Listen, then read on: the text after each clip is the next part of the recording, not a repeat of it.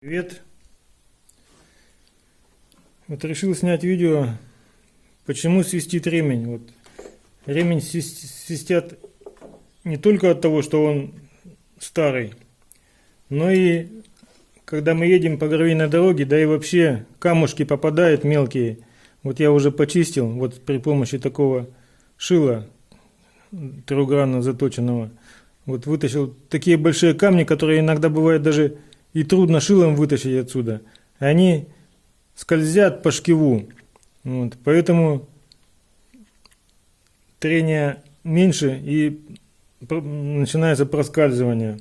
Еще сам шкив обязательно надо тоже чистить. Не просто ремень поменять на новый, а обязательно все шкивы нужно продрать прямо вот так. Тут такие отложения бывают, что прям трудно их вычистить даже шилом.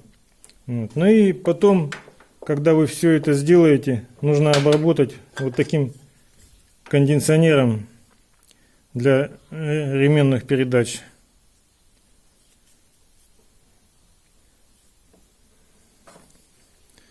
Маленькая хитрость, ну не хитрость, а